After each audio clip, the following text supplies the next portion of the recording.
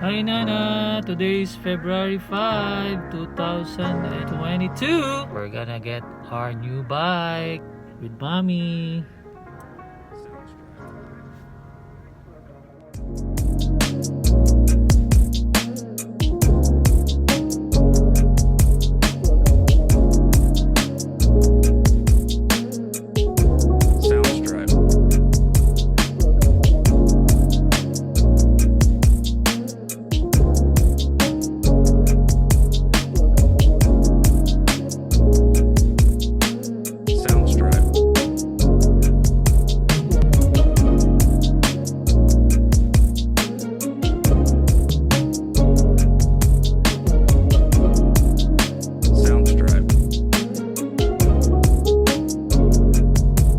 Right, excited na ako.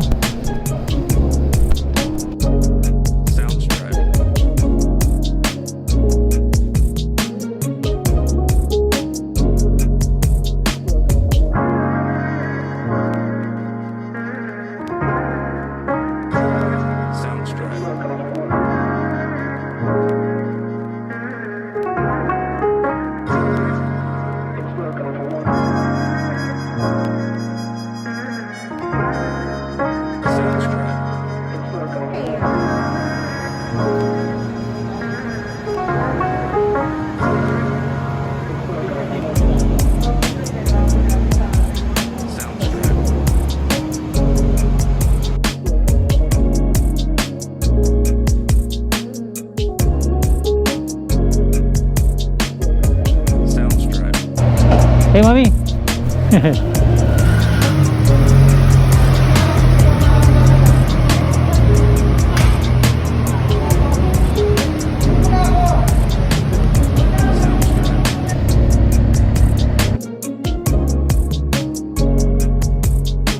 So yan, ganda.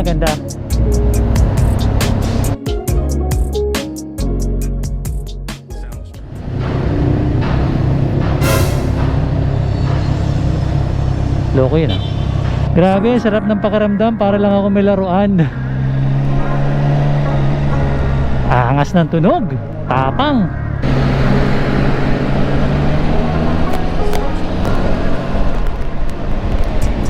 Wow, very comfortable yung seat.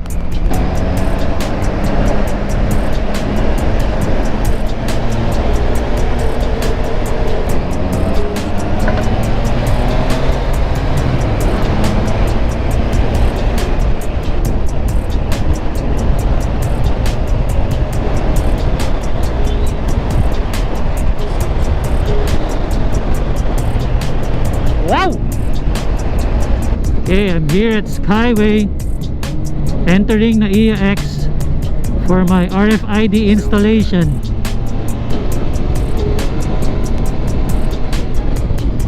Woo! Okay, installation. Hello po. Yes po. Bali sa ngayon sir, unavailable po yung headlight sticker namin. Unavailable ang? Yung headlight sticker namin, yung pang motor po. Now I'm gonna do my first ride review of this Triumph Tiger Sport 660.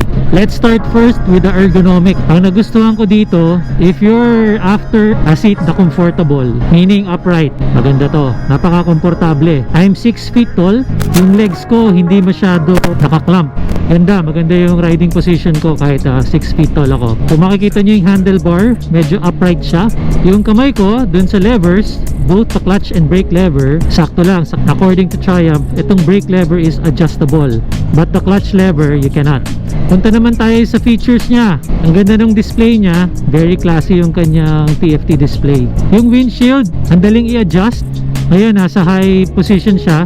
Kung gusto mo siyang ibaba habang nagda-ride ka, you can just push it down. Yan, ganda oh. So kung gusto mo naman mataas, yan, very convenient. Para sa akin lang, walang difference yung mataas na level ng windscreen or nasa baba pagdating sa helmet buffeting ko. Okay, sa body meron, nakakatulong siya. So if you're planning for really very long highway ride, you might wanna consider putting a windshield extension here para tago ka talaga, hindi magkakaroon ng wind noise dun sa helmet mo. Let's now move on to the power of the bike. Remember, this Triumph Tiger Sport 660 is the only middleweight na inline 3 and siya ang may pinaka mataas na horsepower at 81 horsepower. Every time mag-rev up ka, lagi siyang nagbibigay ng power sa'yo. So that's what I appreciate also in this Tiger Sport. Next is yung weight. So I came from a liter bike, galing ako sa Versys 1000, and yun, ramdam mo talaga yung bigat. And that's one of the reasons why I shifted to Tiger Sport 660 is because I wanna get rid of the heavy weight ng bike. Kung yung Versys 1000 ko is about wet weight niya with all the accessories, top box, crash bar, nasa mga 250 kilos siya or baka more than pa. This one is only nasa mga 208 or 209 ang wet weight. So ramdam na ramdam ko talaga kanina sa EDSA, no, yung magaang niya, and hindi pa siya top heavy. So yun pa yung the best sa Tiger Sport. Plus the power, hindi ko mamimiss yung power ng Versys 1000 kasi this is also very powerful bike. So with the lightweight plus the power of the bike, and since this is a sports touring bike as well, I think this is the one for me.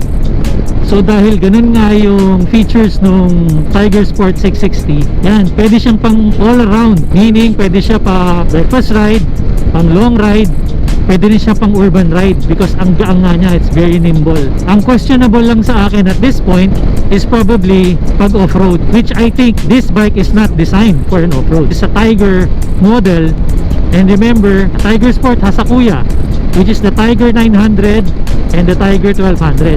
So yung mga kuya niya, I think yun talaga yung pang all around, including the off-road. But this one is really more of a sports touring bike. Kung ikaw yung rider, you do a little bit of yung mga short quick rides lang or very long rides, or gagamitin mo tong bike na to for work sa urban riding, this is the bike for you. Pero kung gusto mo ng mga off-roading, ayun, you might want to think of other bikes. Ganda, ang gaan, sarap i-ride. Yan, oh, very nimble siya, oh, guys. Grabe.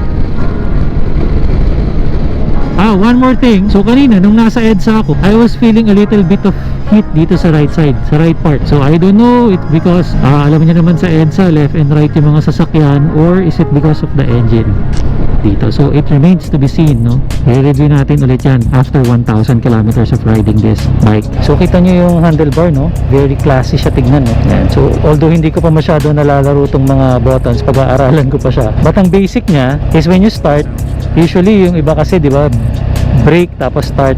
This one, clutch, start. Yung hazard is over here. Yan, yung hazard. Yan. Sa iba kasi nandito, right? Tapos nag-auto off yan. Pag nakalimutan mong i-off yung switch mo, nag-automatic siya. Kung meron ako mga accessories na papalagay dito, number one would be the handguard. I'm into long ride, so gusto ko comfortable yung kamay ko, so I would like to put a handguard there.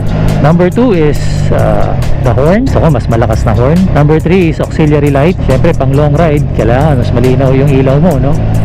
I think it's like a must or really a requirement, kasi you will have a hard time if you will rely on the stock LED light.